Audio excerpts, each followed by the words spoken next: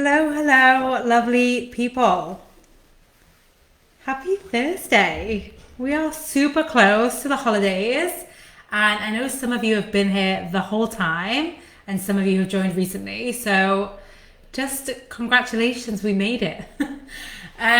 What I wanted to talk about today was holiday anxiety. So, for those of you that were here earlier on, I did a little group research on what the main emotions were that people were feeling, and anxiety came up quite a lot. So because so many of you were experiencing or are experiencing holiday anxiety, that is the emotion I want to talk about today and set you guys up with for the best holiday.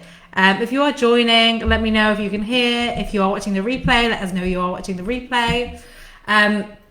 So you guys may or may not know this about my story, but I started out actually as an anxiety coach.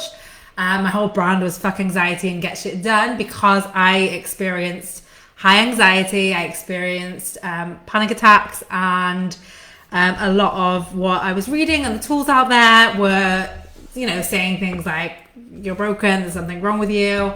And the one thing that is important to remember about anxiety, and you can go back and listen to my first ever podcast episode, a flashback episode, and I speak more about it there, but it's really important to know that we literally evolved to have anxiety. We have anxiety for a reason.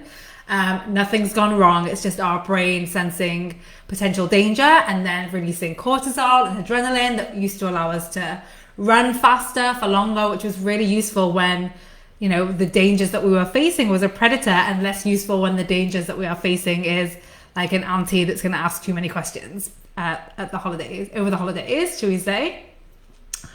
So, needless to say, what I want to gift you guys with today are the 3 steps that I use to pull myself out of even the biggest panic attacks, but definitely any anxiety.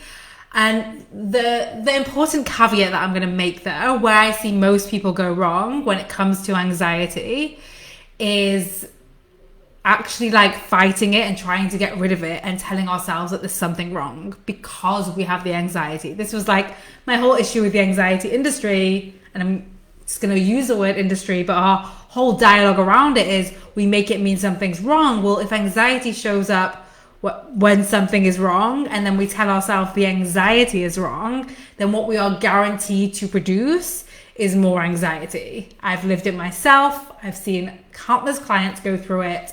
And we really want to drop this story that something has gone wrong. So the way to do that is to create safety. And these 3 statements are the fastest way to create safety. Whether, like I said, your anxiety is like, let's say on a scale, like super high, like I've used this in panic attacks, or just like mild, these are the exact steps to use. I've used them myself. I went from having daily panic attacks to I literally can't remember the last time I had one. It wasn't while we've been in France, so at least 18 months. I think it was when we were in Austin, so like 2.5 years ago. But you'll understand when I tell you why it wouldn't be a problem even if I did. Like, it really isn't. And I want to invite you guys to not make your anxiety a problem. So just to repeat, when we make our anxiety a problem, we are going to be creating more of it. And I know we are up against a lot of media and a lot of misinformation and a lot of one-sided dialogue around this, which is very disempowering, very very negative, very, using words like needing to be fixed and disorder and problem and struggle, this whole thing. What I want to invite you to consider is anxiety is something we feel in our body, right? Like for me, I remember I would get super hot and my heart would be pounding and I would feel really light and dizzy in my head. Like I knew exactly what was happening every time. Now, knowing that meant that if there was like an indication that it was going to come on, I could open a window, make sure I was sat down, put my head between my legs, right? I could take care of myself for it. Now, we're not going to learn how anxiety shows up for us if we are constantly like making it wrong, pushing it away, or fighting with it. So the 3 things that I used to run through in my head once I got the window open and sat myself down The very first thing was, I know exactly what's happening. Now, you may not be there yet where you know exactly what's happening when you experience it, like I did because I did that work. So if you don't know exactly what's happening, the first place you want to start is what is exactly happening, and just really do like a body scan of like, am I hot? Am I cold? Where am I feeling it in my hands? Is it like in my body, I should say? Is it in my hands? Is it in my head? Is it in my stomach? Is it in my feet? So like really basic stuff, really identifying, is it vibrating? Is it still? Is it heavy? Is it light? Like those are the really basic questions you can ask. Hot or cold? Where in my body? Still, vibrating or swooshing? Like, is it moving? And is it heavy or light? Maybe I just asked that question again. I'm feeling a little bit of pregnancy brain right now, I'm not gonna lie. Like, oh, it's late here. So really what you are doing then, if you are asking the question, is you are diverting your brain away from whatever is creating the anxiety at that point in time. You are literally giving it something to do, but something so simple that it can do it. That's why you want to use those really simple questions. And at the same time, what you are doing is stepping out of the story of like, I don't know what's happening, I'm out of control, this like bad things are happening, all of that, because you are getting very factual about exactly what is happening. So that's like the double benefit of it. Like I said, some of you will already know exactly how anxiety shows up for you. Some of you won't. And it's okay to ask what is happening. And then in the future, you'll be able to answer, I know exactly what's happening. This is where I'm feeling it. This is going to be how it shows up. It's going to be hot or cold, heavy or light. And like really what that does is it keeps you in a sense of control and authority and power, even as your body experiences anxiety, right? Like imagine that, game changing. The second step is, I know exactly why it's happening. Now, I've been there, I coached many people on like, I don't know exactly why it's happening, but you want to be really mindful here of like, but maybe you do, right? Maybe it's the holidays. Maybe you are around someone that triggers you. Maybe someone has mentioned something that you are particularly uncomfortable with, or you don't want to have that conversation. And you can literally run through these in your head, even at like the dinner table with family members or wherever you are when you experience your holiday anxiety. So really, I know exactly why it's happening, right? My brain is fearful around other people's opinions, or it's separating me from the crowd, or it's telling me that I should be working when I'm not. It's telling me that I'm already behind for 2022. It's telling me I'm a failure, like whatever it is, I know exactly why it's happening. And it doesn't have to be like a big dramatic why. Sometimes it will be, and sometimes it will be, I'm just uncomfortable.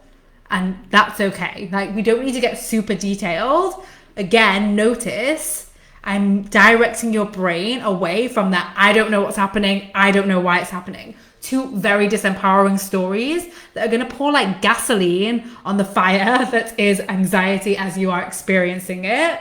And we just want to be like allowing the anxiety and at the same time stepping into our authority. And the combination of those two things is going to be far more successful than arguing with the anxiety, telling yourself there's something wrong, feeling powerless to it, feeling a victim to it, trying to change anyone else around you. Not going to happen. So that's the second step. And the third one, and this is like the best for me, is remembering that you know that it's temporary. Like if you've experienced anxiety once and come out of it, then you know that you can experience anxiety again and come out of it. And this is really important because when we are in it, our brain can, like how it works is the hormones are released, like I spoke about at the beginning of the call, and then our body receives the signal and starts signaling back to our brain, like, oh shit, we're gonna die. And so you can, and this is like maybe on the higher end of the spectrum, but really your brain can start then feeding you more worried thoughts and over anxious thoughts. And you want to remember that like those thoughts don't actually mean anything.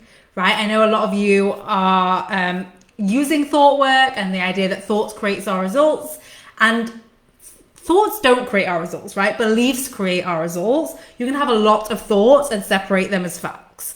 We have like 40 or 70,000 a day, depending on who you ask. I've never counted my own, so I can't clarify. But your brain can have all these thoughts and all these stories and all this panic that it's never going to end and all of this terrible stuff. And you get to know that this is definitely going to end because I've literally experienced this before and come out of it. Okay, so those are the 3 steps. I know exactly what's happening. I know exactly why it's happening. And I know for sure it's not going to be here forever. And at the same time, we want to counter that by not making the anxiety wrong, not making us wrong for having it. We literally evolved to experience anxiety as a survival mechanism. It's like your brain thinking it's doing you a solid when your perception is at this potential danger and it's just not useful anymore. So I just really wanted to give you guys this breakdown. No one really speaks about it in this way. It's super simple and highly effective. Let me know how you implement it. You can use it, of course, with other emotions as well. You can use it with shame. You can use it with guilt. I just wanted to focus on anxiety because so many of you mentioned it. But really, those are the 3 super steps. I know exactly what's happening. I know exactly why it's happening. And I know it's temporary. And what those do is just like we can put down our ammo and be in the experience instead of giving all of our energy to resisting or fighting or arguing with what is. And that, my loves, is a game changer. So let me know if you have any questions around anxiety. You can comment below and let us know like how you experience anxiety. How do you know when you are feeling anxious? I can have a look and I'm happy to engage and go back and forth with you. I am traveling tomorrow afternoon, just in time for the holidays, which means this group is going to be quiet for the next week. Again, I want you guys to come and use it however you want. And if you are taking time off like me, I wish you a wonderful time off. If you are taking time on, I wish you a wonderful time on. Remember, like, you don't have to do what anyone else tells you to do. You get to decide what you do. And if you saw the coaching call that we did on Wednesday, check where you are deciding from. Check it's from like what you want, what feels nourishing for you, what feels in your best interest, and not what someone else is doing, not what you think you should do, not what your hustle is telling you. So yeah, I really encourage you, if you have any questions, any final coaching, to come get it. Within the next 12 hours or so, I will be checking here and then I'll be out for a week.